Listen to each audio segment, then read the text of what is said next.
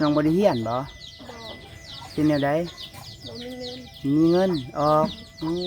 เลยมาเฮ็ดนาเฮ็ดนาเนาะต้องไปแบกเนาะไปแบกขึ้นมาเมื่อยปะโทเลยเนาะเพื่อสิได้เนาะเมื่อยแบบว่าน้องบ่ทันดำหน้าเนาะอันนั้นเวลาบางเอาบัดแต่ละมื้อนี่น้องเฮ็ดหยังทางบ้านเจ้าให้เพาะมาขาย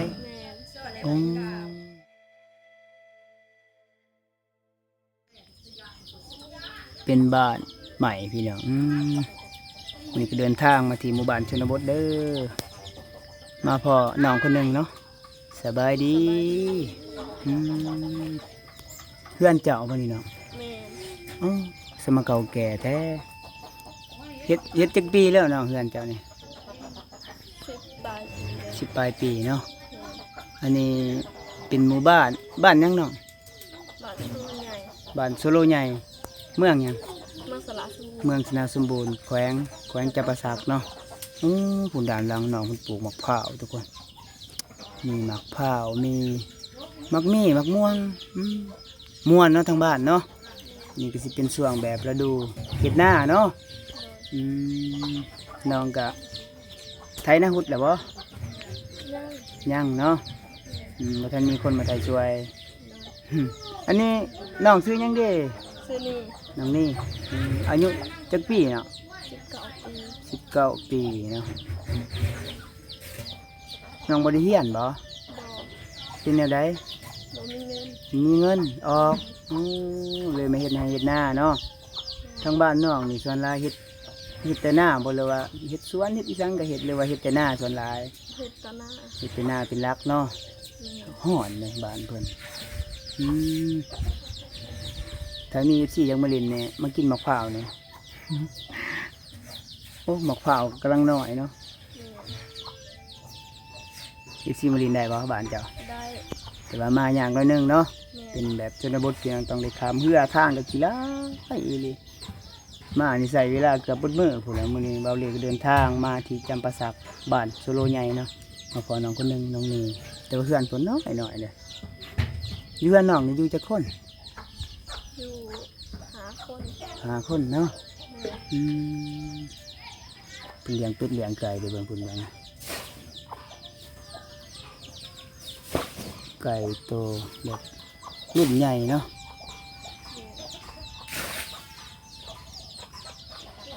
ยังอีกประมาณจักอาทิตย์สิได้ดำหน้าเนาะยังด้นบ่แบบว่าฝนกำลังเริ่มตกเนาะฝนเริ่มตกอยู่หนังตะมวนนี่ได้สมุน FC เพิ่นอยากมาดำหน้าซอยนี่ได้บ่ได้ถ้าเพิ่นดำบ่ได้จ้างเอาเนาะอยากขออนุญาตถามเรื่องส่วนตัวเด้อน้องนี่มีผู้บ่าวหรือบ่ถามแบบตรงๆเลยบ่มีเนาะไก่เพิ่นก็แบบห้องเลยเนาะเพิ่นแบบว่าย่านเมาเลมาเฮ็ดคลิปนะแบบว่าเทื่อแรกเนาะมันก็เลยแบบตกใจน้อยนึงแบบเลี้ยงเป็นเลี้ยงไก่จะยังโต้งน้ำพ่นบ่แม่เอาบ่มีน้ำโปมน้ำเจาะน้ำยังบ่มีเนาะแม่เพิ่นมีโต้งน้ำพ่นใส่อยู่เลยนี่พุ่นนะอันนี้เป็นน้ำกินบ่หรือว่าน้ำจะใส่กันน้ำกินทั้งน้ำกินน้ำใส่เนาะถ้าฝนบ่ตกเห็นอะไรลงไปน้ำเซ่ไปแบกขึ้นมาเนาะบ่มีโปมบ่มีน้ำเจาะน้ำบาดาลจังต้องไปแบกเนาะไปแบกขึ้นมาเมื่อยปะโทเลยเนาะเพื่อสิได้เนาะเมื่อยพี่น้องแต่ว่าจำเป็นเนาะในว่าทั้งบ้านน้องนี่แบบส่วนร้ายนี่เขาไปแบกแต่หวยบ่อันนั้นแต่นำเซ่บ่หรือว่าแบบว่าแนวใดนะอาจจะตามเขามีเงินเขาไปซื้อโปมมีเงินนี่เขาจะซื้อโปมแล้วก็โปมนำขึ้นมาเนาะส่วนลายแบบว่าใส่โปมเบิดบ่หรือว่าแนวใดส่วนลายเลยคนมีเงินเขาก็ใส่คันว่าบ่มีกับต้องจะเป็นลงไปน้ำเซ่พุ่นเลยเนาะเอาบ้านน้องอาบหรืออาบอยู่กับพุ้ยเนี่ยบ่หรือว่าไปอาบอยู่ห้วยอยู่น้ำเซ่คือกันอยู่น้ำเซ่อาบอยู่น้ำเซ่พี่นะที่เป็นเพื่อนน้องเพิ่นแบบยังแบบเก่าแก่นะ อ้อดอกไปแล้วทางนี้เนาะน้องนี่เป็นเจ้าโสดบ่มีผู้บ่าวแท้เลยเนาะ แต่ สมมติว่าFCเบาเลทางฝั่งไทยหรือว่าทางสหรัฐทางแคนาดาทางฝรั่งเศสแต่ว่าหลายๆประเทศเนาะก็ได้ติดตามเบิ่งคลิปเบาเลอยู่ถ้าเขาเจ้าแบบว่าสงสารอยากช่วยเหลือนี่ก็ดีใจเด้เนาะ แม่น อืมน้องอยากได้หยังในชีวิต จะได้โทรศัพท์ อยากได้โทรศัพท์ แม่น อ้าวมีโทรศัพท์บ่นี่ แม่น อ๋อบ่มีโทรศัพท์พี่น้องอยากได้รุ่นหยังรุ่นใดก็ได้บ่ แม่นได้ก็ได้ ได้โทรศัพท์เพิ่นบ่มีโทรศัพท์บ่เลยคิดแต่ว่าน้องเพิ่นมีโทรศัพท์สิขอเฟซขอไลน์ให้ FC หั้นนะเป็นสาวโสดแท้เนาะแต่ว่าบ้านเพิ่นยังเป็นบ้านนอกอยู่เป็นชนบทหั้นนะอืมเฮ็ดจังได๋ดีบัดนี้เนาะแต่ว่า FC ใจดีทั้งได้ก็ได้เนาะถ้าว่าอยากช่วยเหลือน้องเพิ่นซื้อโทรศัพท์แล้วก็แชทลิ้นแชทคุยได้เด้เนาะอืม ว่ามีโทรศัพท์ที่ว่าอยากแน่น้อยนึงพี่น้องฝนตกแบบนี้ก็แบบว่าทางบ้านเจ้านี่ทางเขตห่อนนี่เขาจะว่าเฮ็ดเพาะลายบ่แม่นบ่ พอเลยค้าอยู่ อ๋อเขาซื้อกันเด้เนาะ แม่น กิโลละจังไดเนาะ 80โลละ80ก็บ่ฮอด200บาทอ๋อ80อีหลีนี่ แม่น โลละ80ก็บ่ฮอด200บาททุกคนโลละ80ประมาณ100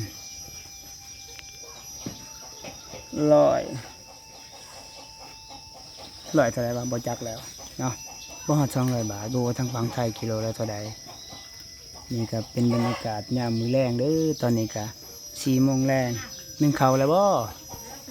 นั่ง ไก่เพิ่นก็ห้องเลยอยู่ทุกคนบ่มีโทรศัพท์อะลีเนาะ แม่น โอ้แต่เสียดายทุกคนอายุจะปีลืมแล้ว19 ปีบ่18 ปีเนาะ ต่อ แต่กี้ก็เคยมีบ่โทรศัพท์หรือว่าเป็นแนวใด บ่เคยมีบ่เคยมีเห็นหมู่ลินอยากได้เด้เนาะ บ่เคยบ่เคยมีโทรศัพท์แต่อีกตนอยู่ทุกคนอ่ะเนาะบางทีว่า24เบาเล่สนับสนุนน้องเบาเล่ก็เป็นสะพานบุญให้เด้อเนาะนี่ก็เดินทางมาที่จำปาสักอีกดนๆพุ่นแหละน้องเพิ่นจังสิได้ดำหน้าเพิ่นว่าเพราะว่าบ่ทันวานกะบ่ แม่น อ๋อกะก็ยังทันวานทุกคนหักน้ำมีแล้วเนาะก็เห็นอยู่น้ำบ่หลายเนาะเล็กน้อย แต่ว่าบ้านน้องเพิ่นม่วนเลยเดี๋ยวไปทำมันจะเป็นแบบบรรยากาศท้องหน้าแล้วก็มีน้ำเซน้ำเนาะเดี๋ยวมีเวลาเบาเลสบินโดรนเด้อมุมสูงถ่ายให้ทุกคนเบิ่งบ้านโซโลใหญ่เมืองสนาสมบูรณ์แขวงจำปาสักลาวไต่เนาะอยู่นี่ชนเผ่าหยังชนเผ่าลาวบ่ แม่น ชนเผ่าลาวแบบว่าบ่ได้มีแบบภาษาคือทางแบบแกงซีกองเนาะ แม่น ว่าโอ้ชนลายเขาจะบอกแบบนี้เนาะนี่เป็นชนเผ่าลาวทุกคนบ้านน้องมีวัดได้เนาะนี่บ่ นี่ มีวัดเพียงคือว่าทางบ้านน้องนี่ก็มีห้านขายของบ่แบบขายเครื่องขายหยัง บ่มี บ่มีอืมเอาแบบเวลาเฮาอยากซื้อแบบเครื่องใช้แนวกินแนวอยากนี่เฮาไปซื้อทางใด ผักไว้ฝุ่นๆไปนอกงาน อ๋อเฮาต้องได้ขามเซ่เฮาต้องได้ขามน้ำเซ่ไปทางนั้นเนาะ แม่น อ๋อเฮาต้องได้ขามน้ำเซ่บ้านเพิ่นมีแม่น้ำเซ่หยังไงเซโดนบ่ แม่น เป็นแม่น้ำเซโดนทุกคนก็ยากเติบเนาะพายเรือบ่หรือว่าขี่เรือบัก พายเรือ พายเรือแบบว่าน้องบ่ทันดำหน้าเนาะอันนั้นเวลาบางเอาบัดแต่ละมื้อนี่น้องเฮ็ดหยังทางบ้านเจ้า พอมาขาย ให้เพาะมาขาย แม่น เพื่อได้เงินใช้เนาะ แม่น กิโลละเท่าไหร่80บ่ แม่น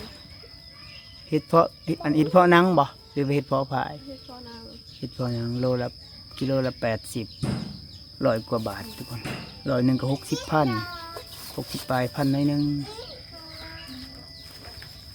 ไปหาได้หลายโลแล้วบ่ มื้อนี้บ่ได้ไปเนาะ แม่น อ๋อที่ว่าได้หลายแล้วที่ให้น้องนี่เพิ่นฝากให้ FC ทางฝั่งไทยทางสหรัฐนำ ฮอดสหรัฐถ้าเมื่อสหรัฐนี่อีดเพาะสิได้ขี่ยนต์ เบาเลยยังบ่เคยขี่นะทุกคนน้องนี่แห้งแล้วนะแห้งบ่เคยแล้วเนาะ แม่น ขนาดคือบ่เห็นมีหรอกมีรถนี่รถจอกรถจักรก็บ่มีซ้ำบ่ได้มีรถจักรบ่จ้ะ บ่มี อ้าวเอาบัดสิไปในเมืองดิเฮ็ดจังได๋ขี่รถหยังไป บ่ได้ไปบ่ได้ไป แม่น อ๋อ บ่มีเงิน บ่มีเงินบ่ได้ไปหักแม่นเลยทุกคนเนาะเพิ่นบ่มีรถจักรเด้บ่มีอีหลีบ่เนี่ย บ่ รถจักรบ่มีน้ำก็ตรงน้ำอันนี้แหละกินน้ำฝนน้ำใสก็เป็นน้ำฝนบางทีก็น้องเพิ่นไปตักเอาบัดท่ออันนั้นท่อจังท่อเอาน้ำข้างหน้าบ่ แม่น อืมจนในยานไว้ FC เข้าใจผิดว่าอันว่าท่อหยังเนาะเดี๋ยวสิถามเบาเล่นั่นเป็นท่อที่เขาจะเอาน้ำแบบว่าเอาใส่ตามไหหน้านะทุกคนท่อน่ะเนาะตรงน้ำกินเอาเวลาตรงเนี่ยนี่บัดเวลาเฮาสิกินเนี่ยเฮาก็ต้มบ่ต้มเลยเนาะ แม่น ต้องต้มทุกคนเพราะว่าช่วงฤดูฝนน้ำมันบ่อยากอันนี้ปานใดอีกอยังก็ขี้เมียงจังนั้นก็สิอืมเพื่อนเพื่อนแบบตะลุตนอยู่เนาะคำแล้วสิหนึ่งเขาแล้วบ่สิเกียมหนึ่งเขาเลยทุกคนน้องทุกคนเนาะบ่เลยมื้อนี้ก็ได้เดินทางมาที่แขวงจำปาสักบ้านชโลใหญ่เมืองสนสมบูรณ์เนาะแขวงจำปาสักพี่น้องเฮากะ เดี๋ยวเขาจบคลิปไว้มันนี้จะมาพอน้องนีเพิ่นสาวลาวโสดฐานะธรรมดาถือว่าจนแน่แหละใช่ได้ใครแต่ว่ามีไฟฟ้าเนาะ แม่น ใครแต่ว่ามีไฟฟ้ามือหนานี่พ้นบตกนี่เมื่อยแล้วเจ้าแบกน้ำมือหนึงนี่น้องแบกนี่คันว่าไปตักอยู่ห้วยนี่บ่อยู่น้ำเซ่นี่จักเที่ยวมือหนึง หาเที่ยว เที่ยวละ2 คุหาเที่ยวก็10 คุคันตักหลายเที่ยวก็เมื่อยพี่น้องผู้หญิงตัวคนเดียวพ่อแม่เพิ่นไปใช้ดีตอนนี้ไปเฮ็ดเวียกบ่ แม่นไปเที่ยวไปเฮ็ดเวียกส่วนหลายคนทางนี้แบบว่าเฮ็ดเวียกเฮ็ดงานเนาะเฮ็ดหน้าอาชีพหลักๆเฮ็ดหน้าเนาะ แม่น อ่ะเดี๋ยวก็จบคลิปไว้เด้อทุกคนเนาะแต่ว่าอยากได้เฟซได้ไลน์ก็บ่ฮู้สิให้เพราะว่าน้องเพิ่นบ่มีโทรศัพท์บ่มีแท้เนาะถ้าว่าอยากแซดน้ำน้องก็บ่ฮู้สิให้เด้อแม่พี่น้องเนาะน้องเพิ่นก็แบบหน้าคึมงามอยู่ เพิ่น14เพิ่นอยากล่มนี่ถ้าเพิ่นสนับสนุนช่วยเหลือเจ้านี่น้องอยากล่มแบบว่าผู้บ่าวอายุประมาณจักปี ได้เบอร์ อย่างไรก็ได้เนาะ แม่น ขอที่เขาเลี้ยงดูเขาได้พี่น้องหักจริงกันได้พัวพังไทยหรือว่าทางสหรัฐเนี่ยให้พัวมาอยู่นี่บ่หรือว่าไปทางพุ่น อยู่ใส่ก็ได้ ใส่ก็ได้เนาะ แม่น แม่นอยู่ใส่ก็หักแพงกันคือเก่าก่อนนี้ได้อนี่เพิ่นใส่สินแบบเป็นเอกลักษณ์ของสาวลาวเนาะทางชนบทบ้านนอกบ้านนาพี่น้องสำหรับคลิปนี้บ่ได้ขอจุดคลิปไว้เด้อสบายดี